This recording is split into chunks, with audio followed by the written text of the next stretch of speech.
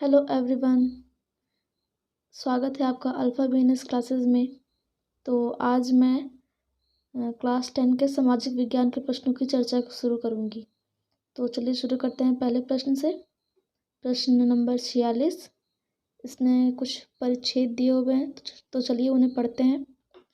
वायु, जल, भूमि, वातावरण, जैव मंडल आदि तमाम चीज़ें मानव जीवन में महत्वपूर्ण स्थान रखती हैं, परंतु पिछली 2 शताब्दियों में अपने तकनीकी ज्ञान से मानव ने प्रकृति के संसाधनों का दोहन कुछ अधिक ही समन्वित रूप से किया है।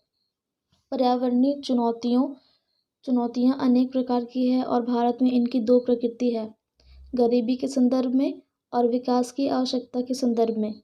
पर्यावरणीय चुनौतियों की दोनों प्रकृति पृथक पृथक है, तो कहीं न कहीं इनमें अंतः संबद्धता भी है। उपरोक्त परिच्छेद के आधार पर दिए गए प्रश्न का उत्तर दें। भारत में पर्यावरणीय चुनौतियों की 2 प्रकृति कौन सी है? ए. प्रदूषण एवं नियंत्रण के संदर्भ में, बी. वायु एवं जल प्रदूषण से निपटने के संदर्भ में, सी. जनसंख्या एवं विकास के संदर्भ में, डी. गरीबी एवं विकास की आवश्यकता के संदर्भ में। तो इसका सही उत्तर है डी. गरीबी एवं विकास की आवश्यकता के संदर्भ में। अगला प्रश्न 47। अंग्रेजों द्वारा भारत में व्यावसायिक फसलों पर जोर देने के पीछे क्या क्या कारण हो सकते हैं? 1. कंपनी के लिए यह भारी मुनाफे का सौदा था। 2. यूरोप में अच्छा बाजार होने के कारण। 3. भारतीय किसानों की आर्थिक स्थिति को मजबूत बनाना। 4. लगान को सुगमता से प्राप्त करने के दृष्टिकोण से। 5. अकाल एवं बाढ़ से निपटने के लिए। तो इसका सही उत्तर होगा ए. 1 और 2। अगला प्रश्न 48। भारतीय संविधान में मौलिक कर्तव्यों को सम्मिलित किए जाने का मुख्य उद्देश्य है। ए. मौलिक अधिकारों के दुरुपयोग को रोकना। बी. तोड़फोड़ संबंधी तथा असंवैधानिक गतिविधियों पर अंकुश लगाना। सी. संघीय शासन व्यवस्था को मजबूत बनाने के लिए। डी. मौलिक अधिकारों को और अर्थपूर्ण बनाना। तो इसका सही उत्तर होगा डी. मौलिक अधिकारों को और अर्थपूर्ण बनाना। अगला प्रश्न 49। भारत सरकार की पहल सर्व शिक्षा अभियान का प्राथमिक उद्देश्य क्या है? ए. शैक्षिक रूप से पिछड़े जिलों में वयस्कों के साथ साथ बच्चों की शिक्षा पर ध्यान केंद्रित करना। बी. महिला की शिक्षा पर ध्यान देना। सी. 6 से 14 वर्ष के बीच के सभी बच्चों को शिक्षा पर ध्यान देना। डी. पिछड़े वर्ग के बच्चों को शिक्षा देने पर ध्यान देना। तो इसका सही उत्तर होगा सी. 6 से 14 वर्ष के सभी बच्चों को शिक्षा देने पर ध्यान देना। अगला प्रश्न 50। 2016 ईस्वी के बाद भारत की जनसंख्या की विशेषताओं के संदर्भ में सही कथन का चयन करें।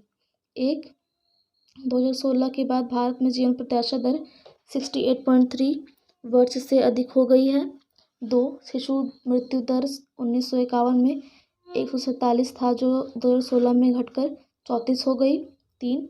मृत्यु दर 1951 में 77 था, जो 2016 में घटकर 22.1 हो गई है। तो इसका सही उत्तर होगा सी. 1 एवं 2। अगला प्रश्न 50। रूस में चेका नामक एक संस्था थी, वह बोल्शेविक पार्टी के लिए कार्य करती थी। प्रमुख चेका का क्या काम था? ए. सांस्कृतिक गतिविधियों पर नज़र, बी. राजनीतिक गतिविधियों पर नज़र, सी. आर्थिक गतिविधियों पर नज़र और डी. इनमें से कोई नहीं। तो इसका सही उत्तर होगा बी. राजनीतिक गतिविधियों पर नज़र।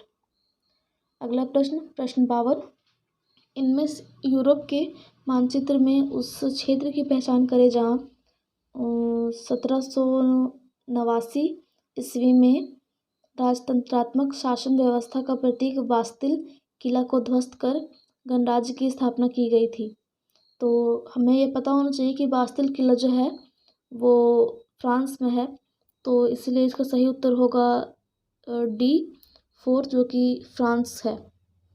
और यहाँ पे जो ये 4 नंबर है, ये भी फ्रांस को दर्शाता है, इसलिए इसका सही उत्तर है डी. 4। अगला प्रश्न 53। विभिन्न देशों से संबंधित 4 तथ्य दिए गए हैं, उनमें से एक तथ्य का चयन कीजिए जो उस देश में लोकतंत्र को स्थापित करता है। ए. देश में पिछले कई चुनावों में अलग अलग पार्टियां जीतती रही है। बी. देश के लोग देश के आधिकारिक धर्म को नहीं मानते हैं, उन्हें मत देने का अधिकार नहीं है। सी, देश के लोग खुद को स्वतंत्र एवं समान नहीं मानते हैं। डी, देश के लोग जाति पर आधारित पार्टी में विश्वास व्यक्त करते हैं। तो इसका सही उत्तर है ए, देश में पिछले कई चुनावों में अलग अलग पार्टियां जीतती रही है। अगला प्रश्न 54। रंगभेद जो नस्लीय भेदभाव पर आधारित व्यवस्था है जिसका सर्वाधिक प्रभाव निम्नलिखित में से किस देश पर पड़ा था? ए, ब्रिटेन, बी, फ्रांस, सी, इटली, या दक्षिण अफ्रीका। तो इसका सही उत्तर है डी, दक्षिण अफ्रीका। अगला प्रश्न 55। नीचे दिए गए कथन में सही कथन का चयन करें। 1, भारत का उत्तरी मैदान हिमालय के दक्षिण में स्थित है। 2, उत्तरी मैदान की चौड़ाई पश्चिम से पूरब की ओर घटती जाती है। 3, उत्तरी मैदान के दक्षिण तथा प्रायद्वीपीय पठार के पश्चिमी भाग में पूर्वी घाट पर्वत स्थित है। तो इसका सही उत्तर है बी, 1 और 2। अगला प्रश्न 56। भारत के रेखा मानचित्र में दिए गए भौतिक विशेषताओं के आधार पर सही जोड़ा का चयन करें। ए, 1 दक्कन का पठार, बी, 2 छोटा नागपुर का पठार, सी, 3 अरावली पर्वत, डी, 4 नीलगिरी पर्वत। तो इसमें सही जोड़ा है बी, जो कि ये 2 नंबर को दर्शाता है, छोटा नागपुर। बाकी सारे विकल्प गलत हैं। अगला प्रश्न 57। 19वीं सदी में यूरोप में राष्ट्र को दृश्य रूप देने के लिए चित्रों एवं प्रतीकों का प्रयोग किया गया था। फ्रांस में भी अनेकों प्रतीकों का प्रयोग किया गया था। दिए गए विकल्पों में से प्रतीकों से संबंधित सही विकल्प का चयन करें। ए, काला, लाल और सुनहरा झंडा 1789 में फ्रांस में क्रांतिकारियों का झंडा। बी, मारियान जनराष्ट्र के विचार का प्रतीक। सी, बलूत पत्तियों का मुकुट शांति। डी, बाज छाप कवच इटली साम्राज्य का प्रतीक। तो इसका सही उत्तर है बी, मारियान जनराष्ट्र के विचार का प्रतीक। अगला प्रश्न 58।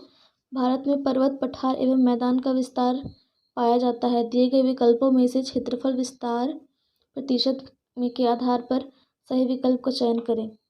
तो इसका सही उत्तर है सी, पठार 27%, पर्वत 30% और इसमें मैदान सबसे अधिक होता है जो कि है 43%।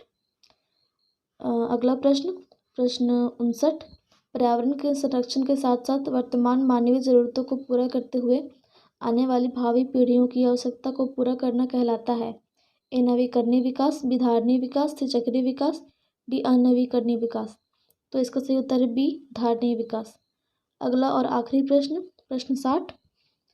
आधुनिक लोकतांत्रिक व्यवस्थाओं में सत्ता की साझेदारी का एक प्रमुख तरीका निम्नलिखित में से क्या नहीं है? ए, सत्ता की संपूर्ण शक्ति विधायिका में निहित होना।